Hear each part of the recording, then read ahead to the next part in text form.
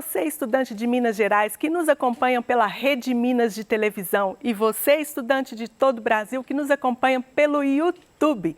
Eu sou a professora Suzana Apolinário. Conosco hoje está o intérprete de Libras, Daniel. Olá, Daniel! Sejam todos bem-vindos. Nossa aula hoje está dentro da temática som. E o tema da nossa aula é ondas sonoras. Essa é uma aula para o segundo ano do ensino médio. Está no seu PET, volume 4. Corresponde às semanas 5 e 6. Vamos lá, então. Na aula de hoje, iremos saber explicar como o som desloca-se no ar ou em outros meios materiais, explicar a relação entre a amplitude da vibração e a intensidade do som. Também vamos conhecer a relação entre a frequência e a altura do som, ou seja, sons graves e sons agudos. Mas o que é som? O som é uma vibração. O som é uma onda mecânica. O som é uma onda produzida pela vibração de algum objeto. Então, para produzirmos o som, teremos um material, um objeto que vibra para gerar essas ondas sonoras. Características da onda sonora. É uma onda mecânica, portanto, o som necessita obrigatoriamente de um material para ele se propagar. E é uma onda longitudinal, ou seja, a direção de propagação é paralela à vibração produzida pela fonte sonora. E um fato aqui sobre o som importantíssimo é que o som não propaga-se no vácuo. Por quê? Sendo uma onda mecânica, ele precisa fazer vibrar as partículas do material onde ele se propaga. E como nós sabemos, o vácuo é vazio, ausência de matéria. Então não há como produzir essas vibrações. Propagação do som. Como eu já falei, o som é uma onda longitudinal. Agora vamos observar essa figura. O som propaga-se através das vibrações das partículas do material. Eu vou explicar para vocês o que essa figura está representando. Vamos observar. Eu tenho aqui uma fonte sonora. Pode ser um alto-falante, por exemplo. Mas para que seja uma fonte sonora, precisa vibrar um objeto. Aqui no alto-falante, nós teremos uma membrana interna e essa membrana vai vibrar, vai produzir vibrações que se propagarão no ar. Vamos colocar como exemplo o ar em volta dessa fonte sonora, desse alto-falante. Enquanto a membrana está vibrando, está produzindo vibrações nas partículas do ar ao redor dessa fonte sonora. O ar é composto por gases, então, na verdade, as vibrações serão nas moléculas dos gases que compõem o ar. Agora observa, nós temos aqui regiões de rarefação, uma menor densidade de partículas e temos regiões de compressão. São essas regiões onde a densidade dessas moléculas é maior. Então aqui há essa propagação dessa variação de densidade nas moléculas do ar. E essa variação de densidade é que faz com que a onda sonora viaje aqui pelo ar. mas o som também propaga-se em outros materiais, não somente no ar, ok? Essa simulação nos mostra a propagação de uma onda longitudinal. Lembrando que o som é uma onda longitudinal. Então, observe, nós temos um objeto vibrando, em vermelho aqui, um objeto que está vibrando. Pensa, por exemplo, quando a gente toca um tambor. Bate no tambor, vai fazer vibrar a membrana do tambor. E essa vibração, então, será transferida para o ar ali à volta. E a gente observa aqui regiões de rarefação e regiões de compressão das partículas daquele material que está vibrando. Mas lembrando, a onda sonora, ela não é bidimensional, ela não é num plano, ela ocorre num espaço tridimensional. Pensa num cone, por exemplo. Então, você vai ter aqui um cone de moléculas que estão vibrando. Próximo slide. O som também se propaga nos sólidos, propaga-se nos líquidos e em outros gases, sempre transportando energia. Lembrando disso, esse é um conceito importante sobre as ondas. Há o transporte de energia somente, não há transporte de matéria. Opa, vamos passar aqui o slide. Velocidade do som. A velocidade das ondas mecânicas, elas variam de acordo com o meio de propagação. Então, se o som estiver propagando-se no ar, ele vai ter ali determinada velocidade. Mas se o som começar a propagar-se em outro material, em um metal, por exemplo, aí já muda a sua velocidade, certo? Inclusive, nos metais, a velocidade do som pode ser maior que a velocidade do som no ar.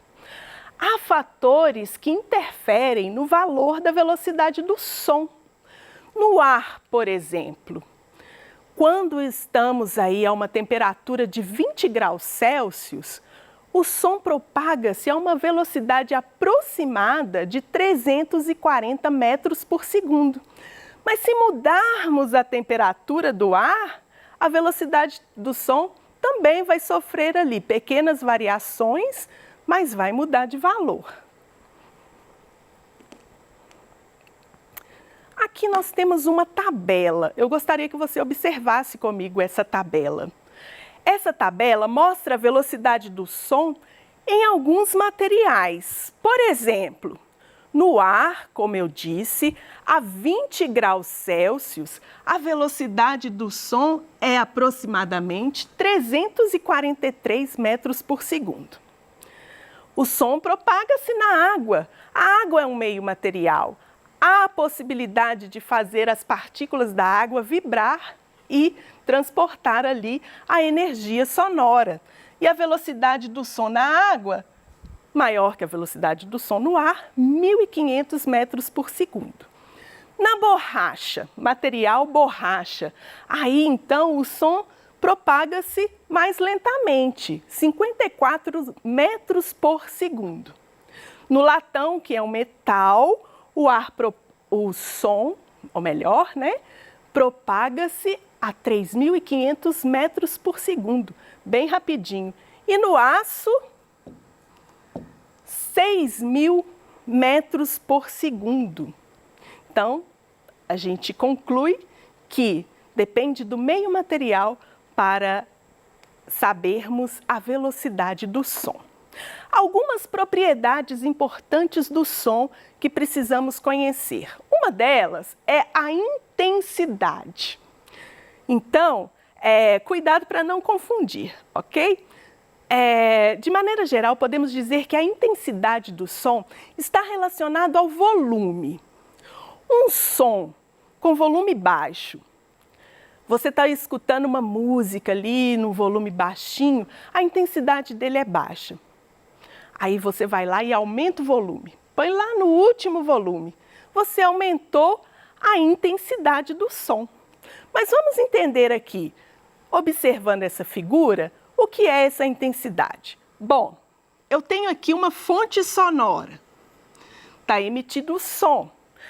As ondas propagam-se e, à medida que elas vão propagando-se, a área de abrangência vai modificando. Vejamos, aqui mais próximo da fonte sonora, a área é muito menor. Mas se afastar da fonte sonora, a área de abrangência dessas ondas é muito maior. E isso faz com que a intensidade do som diminua.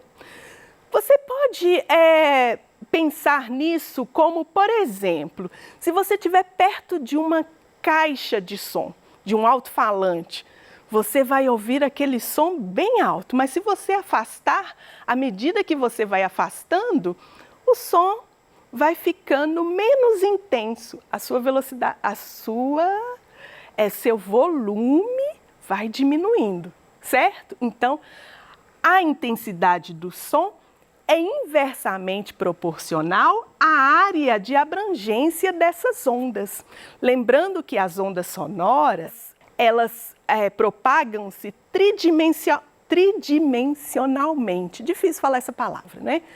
Então, ela vai abrangendo aí áreas cada vez maiores à medida que afasta-se da fonte sonora. Isso faz com que a intensidade do som, então, diminua. Outra propriedade importante do som, a altura do som. Mas cuidado, não confunda a intensidade com a altura, né? Às vezes você pode pensar assim, estou ouvindo uma música no volume baixo, a altura do som está baixa. A intensidade do som está baixa. Eu vou aumentar o volume do som, a altura do som aumentou. A intensidade do som aumentou. A altura do som relaciona-se à frequência das ondas sonoras. Um som alto é um som de alta frequência e ele é caracterizado como um som agudo. Um apito, por exemplo, o apito emite ali um som agudo, certo? E quando o som é baixo, não é relacionado ao volume, nós dizemos que é um som grave. O som de um tambor é um som mais baixo, é um som grave, certo? Está relacionado com a frequência. Bom, som alto, então, é um som agudo, como esse aqui que vocês vão ouvir. Ok? Agora vamos diferenciar. O som baixo é um som grave, como esse aqui. Um som mais grave, ok? Então vejamos, como podemos entender a altura do som? Som agudo, eu disse que é aquele som que tem maior frequência, certo? E o som grave, menor frequência. Vamos observar aqui na figura. Ela mostra para mim duas ondas sonoras de maior frequência e uma de menor frequência. Como que eu vou diferenciar isso? Isso aqui corresponde a um intervalo de tempo. Intervalo, né? Então veja que as duas ondas foram emitidas no mesmo intervalo. A de maior altura aqui, ou seja, a mais aguda, nós vamos ter muito mais pulsos de onda compreendido no mesmo intervalo que a do som grave. Tem menos pulsos de ondas aqui. Então, a frequência é menor, caracterizando aí um som grave. Espectro sonoro. O espectro sonoro classifica as ondas sonoras de acordo com as suas frequências. Então veja aqui na figura. Essa faixa amarela aqui, por exemplo, corresponde a frequência audível, a frequência que nós, seres humanos, conseguimos captar. Essa frequência do som audível está compreendido na faixa de 20 a 20 mil Hz. Então, nós, seres humanos, conseguimos captar, ouvir, identificar os sons que estão dentro dessa faixa de frequência, de 20 Hz a 20 mil Hz. Abaixo de 20 Hz, nós não conseguimos ouvir. E essa faixa de frequência é denominada infrassom. Mas acima de 20 mil Hz, nós também não conseguimos ouvir. E essa faixa de frequência é denominada ultrassom. Nós não conseguimos detectar infrassom e nem ultrassom. Nós só conseguimos detectar o som. O som é o que está compreendido nessa faixa de frequência chamada de audível.